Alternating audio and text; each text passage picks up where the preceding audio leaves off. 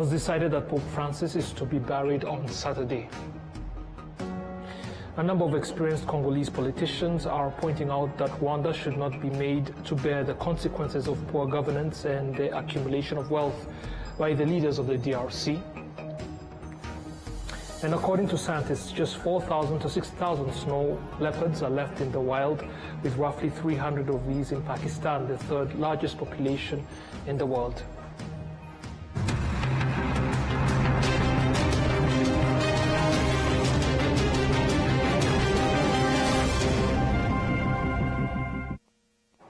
Thank you again for taking the time to join us, and let us begin with matters here at home. The Ministry of Youth and Arts has told members of the Parliament that the artistic sector is going to receive support to ensure that artists benefit from their work, and that a dedicated body will be established to oversee their affairs.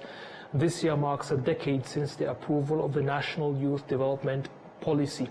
While appearing before the Parliamentary Committee on Education, Technology, Culture, Sports and Youth, the Minister of Youth and Arts, Dr. Abdallah Utumatwishima, noted that significant progress has been made in improving the livelihoods of young people, with many managing to lift themselves out of poverty through various self-created jobs. However, he also noted that there is still much more to be done.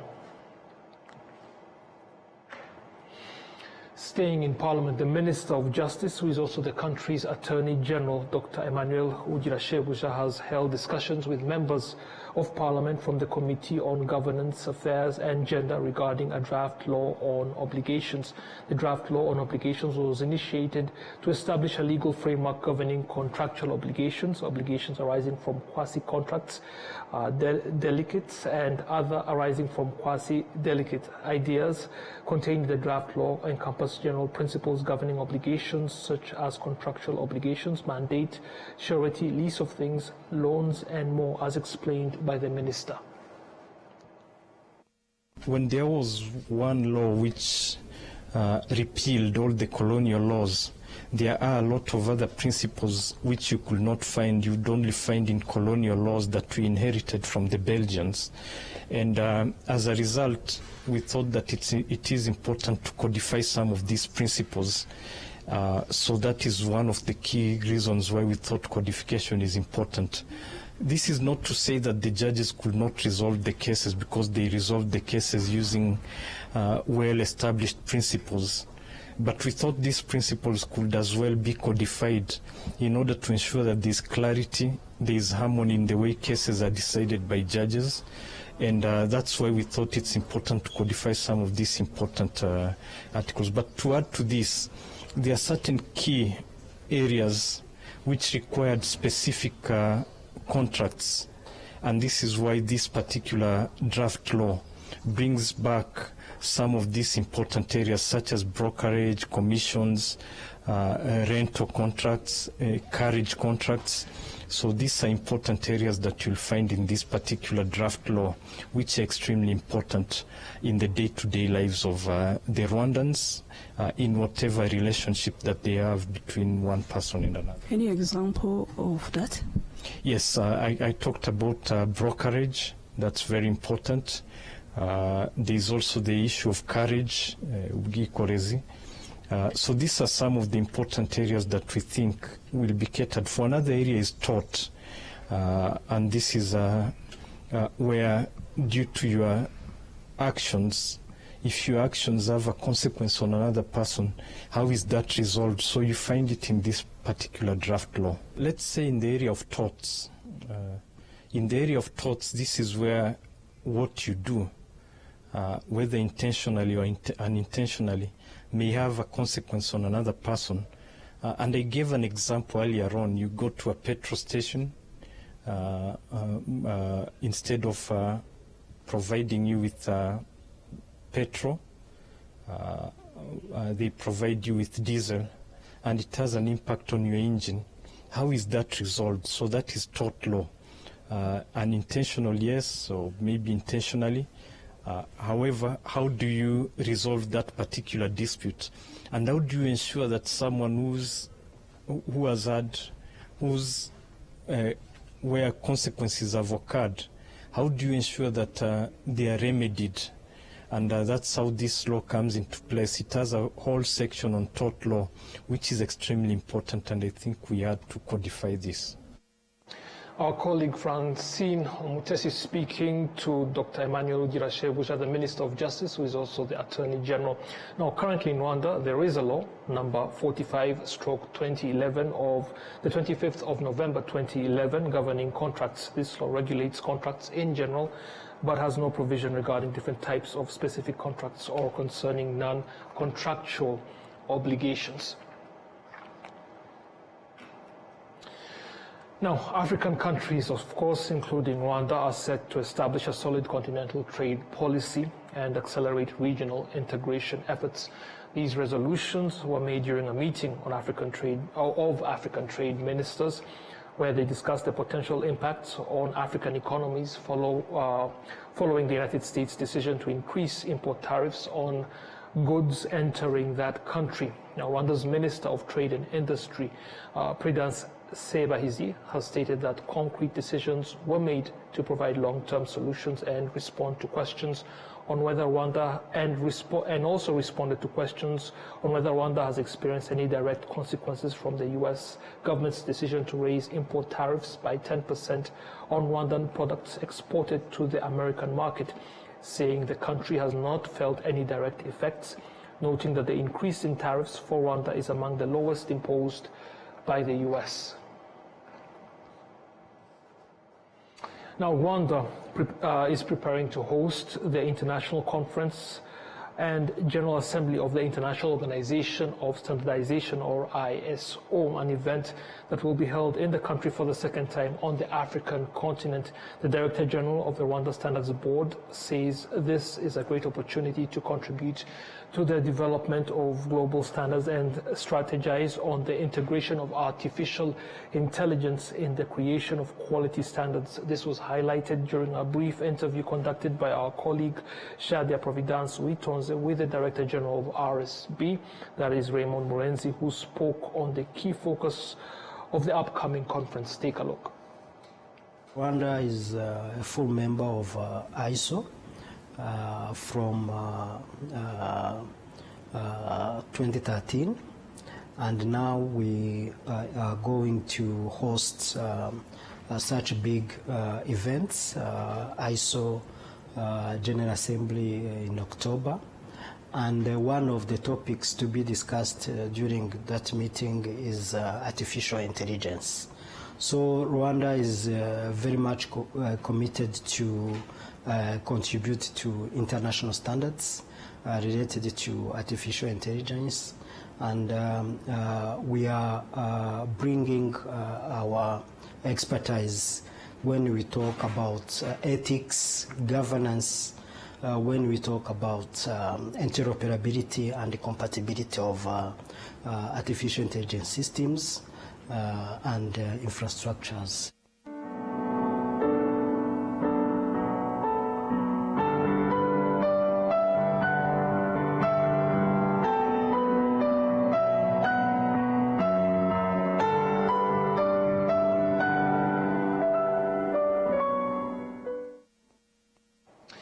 During a commemoration event for those killed at the Saint Famille Cathedral during the genocide against the Tutsi, attention was drawn to the role played by Father Wenceslas Nyeshaka.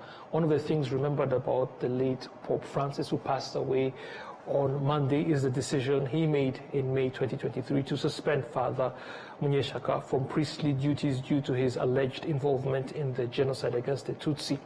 This involvement was once again mentioned by survivors at Saint Famille during a memorial for over 1,000 people who were killed there during the genocide against the Tutsi.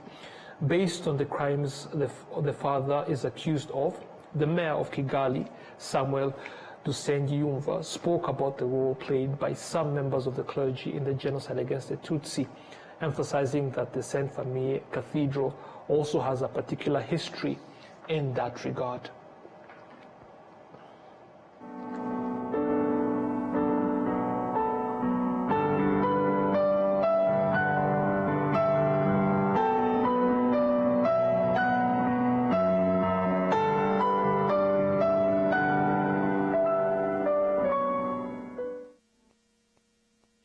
Now to regional security matters, and a number of experienced Congolese politicians are pointing out that Rwanda should not be made to bear the consequences of the poor governance and the accumulation of wealth by the leaders of the DRC.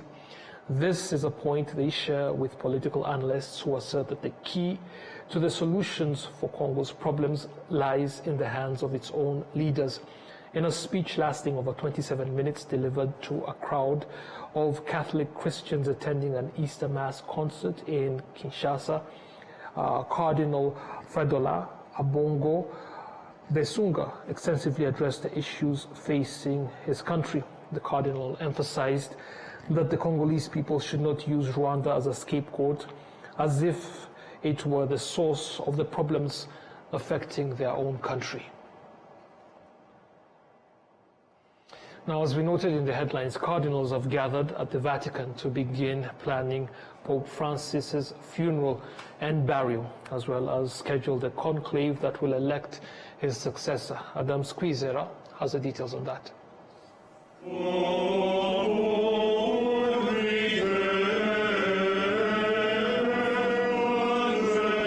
In his final hour, Pope Francis confirmed that he will be buried in the Basilica of St. Mary Major, located outside the Vatican and the home to his favorite icon of the Virgin Mary. After each trip abroad, Francis will go to the Basilica to pray before Byzantine-style painting of Mary, draped in a blue robe, holding the cross child, who holds a golden book adorned with the precious stones. Cardinals gathered at the Vatican Tuesday to begin planning Pope Francis' funeral and burial, scheduled to conclave to elect his successor and make other decisions about the running of the Catholic Church, as well leaders and faithful mourn the passing of the first Latin America Pope. On Wednesday, his body will be transferred to the St. Peter's Basilica for public viewing. The first images of Francis were released on Tuesday, showing him in his wooden coffin, dressed in red vestments and wearing his episcopal mitre, with the Vatican Secretary of State praying for him in the chapel of the Domus Santa Marta Hotel, where he was staying. Last night, President Paul Kagame also mourned Pope Francis, who he described as a moral voice of compassion, humility, and global solidarity. He added that his leadership was marked by an honest recognition of the Church's history in Rwanda, leading to a new era of fruitful relations between Catholic Church and the country, one rooted in truth, reconciliation, and shared commitment to well-being of Rwandans. The burial is expected to take place on Saturday. President Macron of France, US President Donald Trump are among the leaders who announced their attendance, along with First Lady Melania Trump. Argentina President Javier Milei is also expected. The funeral will be presided over by the Dean of the College of Cardinals, or if this is not possible, by his Vice Dean or another high-ranking cardinal. The current dean is 91-year-old Italian Cardinal Giovanni Battista. The Vice Dean is 81 years old Argentinian Cardinal Leonardo Sandri. During this period, the cardinals arrive in Rome to participate in the meetings preceding the conclave to elect the next pope. To allow everyone to gather, the conclave must begin 15 to 20 days after the declaration of the vacancy of the see, but it can begin earlier if the cardinals agree. Once conclave opens, the cardinals vote behind closed doors. After the votes, ballots are burned in a special stove. Black smoke indicates that no pope has been elected, while white smoke indicates that the cardinals have chosen the next leader of the Catholic Church. The election is won by the candidate who received 2/3 of the votes. If he accepts, his election is announced by a cardinal from Loggia of St. Peter's Basilica, who proclaims Habemus Papam, which in Latin means, we have Pope. Habemus Papam.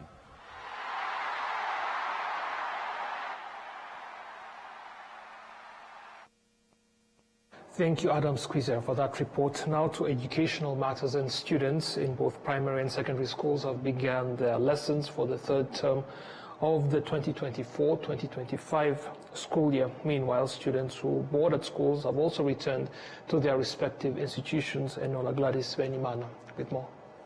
This Tuesday, it was expected that over 10,000 of students from schools in the districts of Nyanza, Nyamagabe, Nyabihu, Rubavu, Rulindo, Gakenke, Rwamagana and Kayonza would head back to school. Parents who accompanied their children were pleased with how the return to school process was organized.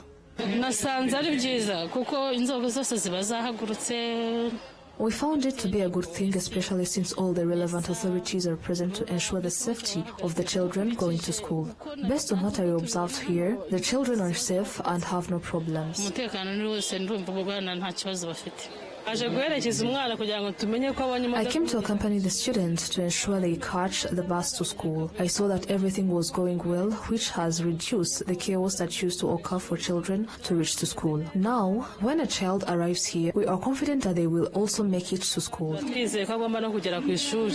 head of the Department for Basic Education and TVET Quality Assurance at the National Examination and School Inspection Authority, Vianney Augustin Kavutse, praised the students' attendance as they returned to their schools, but also urged parents to send their children earlier.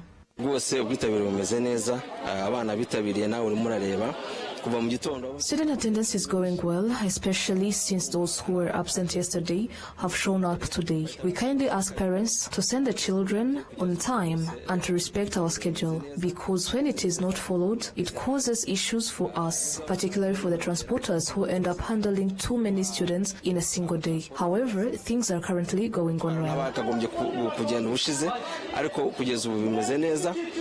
Yesterday, more than 6,000 students were taken to schools in the districts of Ruhango, Gisagara, Ngororero, Musanze, Nyagatare and Gatsibo. It is expected that the final day for transporting students will be Thursday. Enra Gladys, RTV News.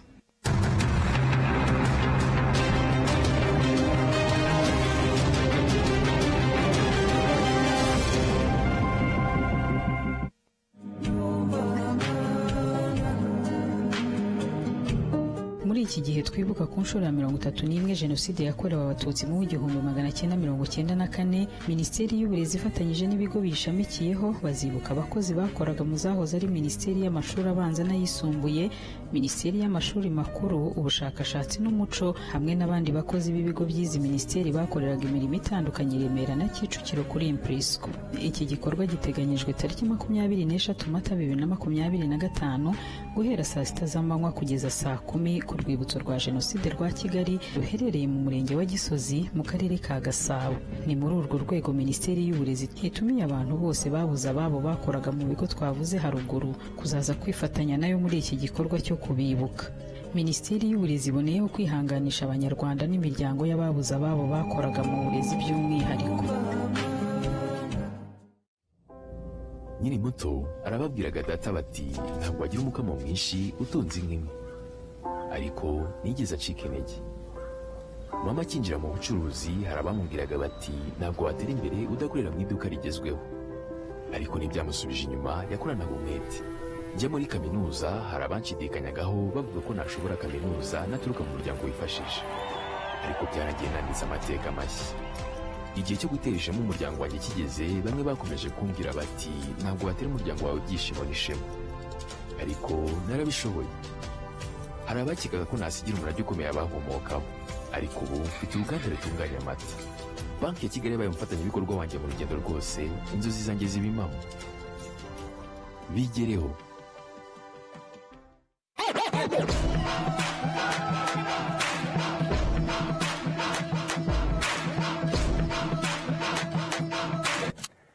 Umvangiye kubarira 1 2 3 itugwamo. So, 1 2 3 gwamo.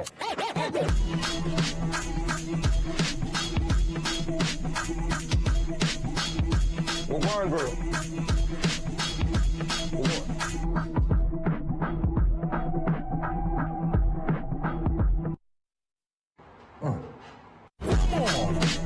Mbere kanda akanyenyeri 3 4 5 akanyenyeri 2 urwego maze nawe ugwemo. Ndanezero umunezero nsaba umutima, ndakora akazi kanjye ndacatinga data ntizishira enda nawe gwamo. Wikwisondeka.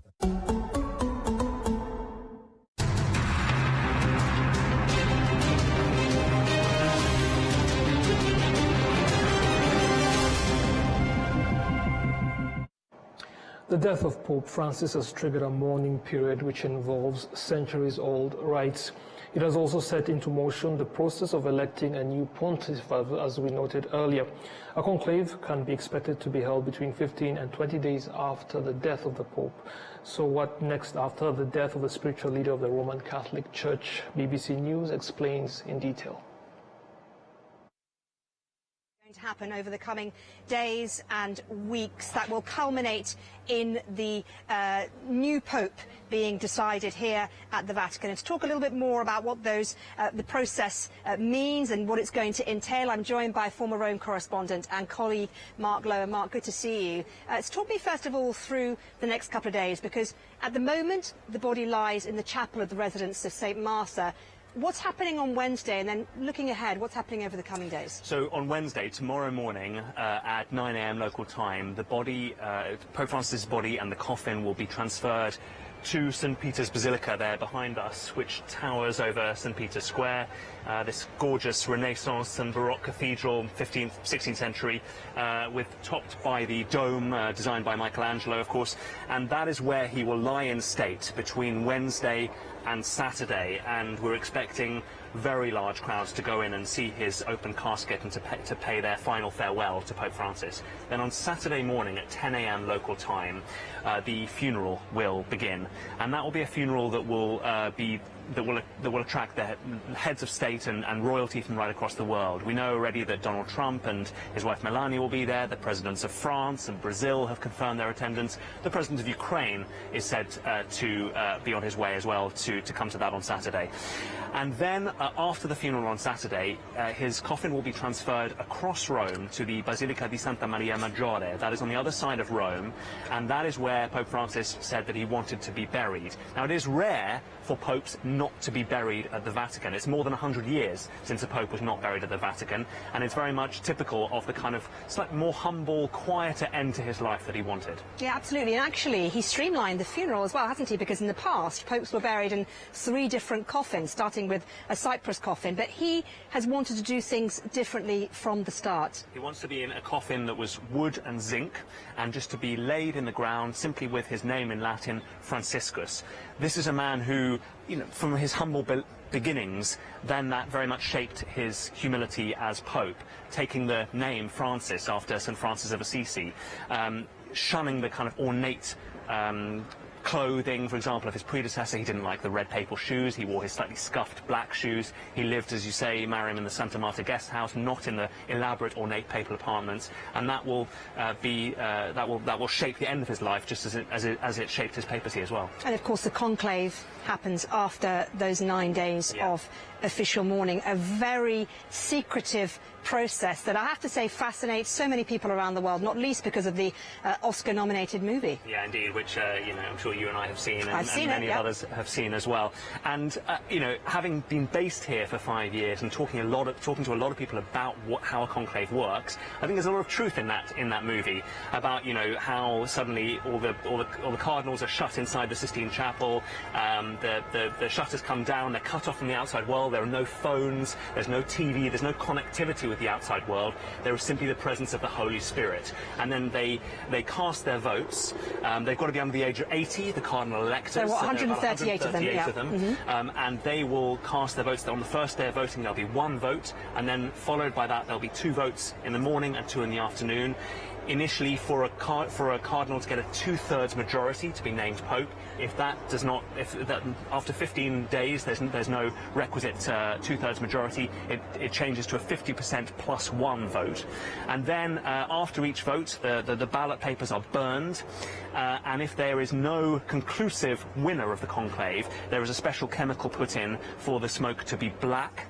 But if there is a cardinal who emerges victorious to be chosen as the next successor to St. Peter, as the 267th Pope, then a chemical is put in for white smoke to come up from a chimney just across St. Peter's Square, and that is when we are. Here, then, Mark. Yeah, we will be able to see it from here, and that is where we are likely to hear the cheers of. There will probably be. I mean, there will certainly be hundreds of thousands of people from St. Peter's Square down the road into central Rome, and that is when we will know that there is a new Pope.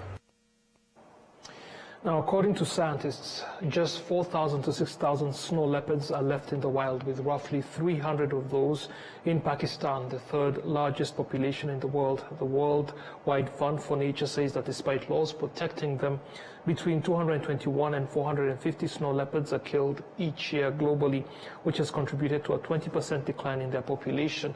Over the past 2 decades, Pakistan is now using artificial intelligence to help keep the animals safe. BBC News once more. And in captivity. Today, all snow leopards are at risk. Conservationists are hoping technology could help save them. There are at least 300 snow leopards in Pakistan.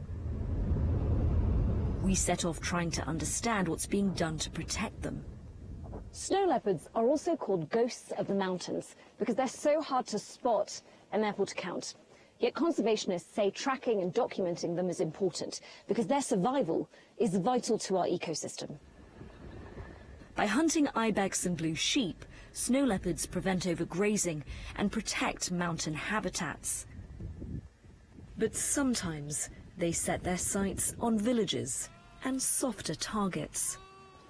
Farmers hunt snow leopards in retaliation, but their population is in decline around the world, so conservationists are trying to convince locals to spare them. Sitara lost all 6 of her sheep in one day. And you haven't been able to replace those animals? No, I don't have any money now. How can I buy them?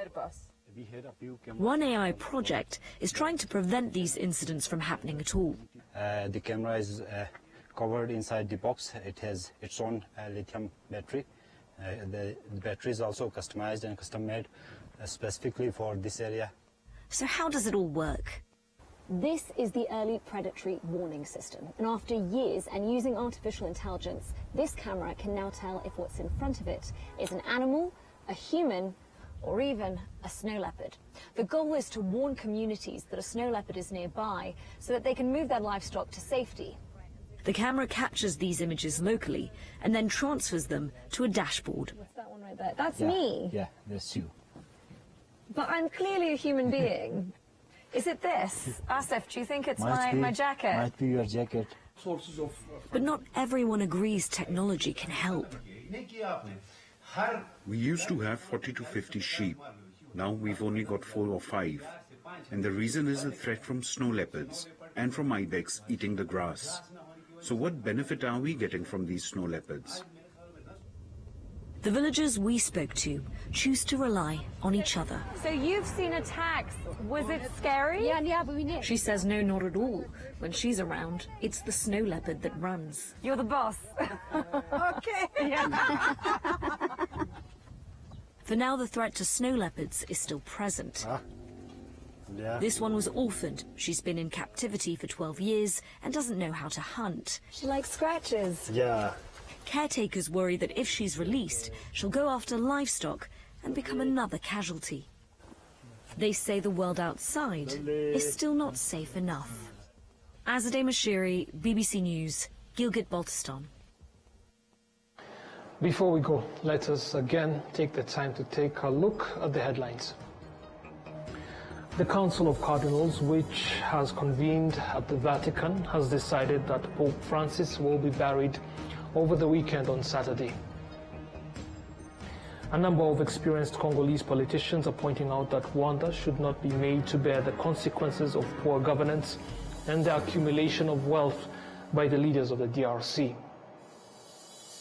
And according to scientists, just between 4,000 and 6,000 snow leopards are left in the wild, with roughly 300 of them in Pakistan, the third largest population in the world.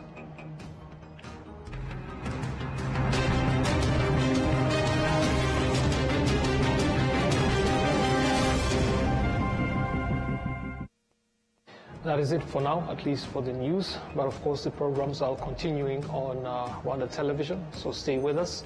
And I'll be seeing you soon again. Goodbye.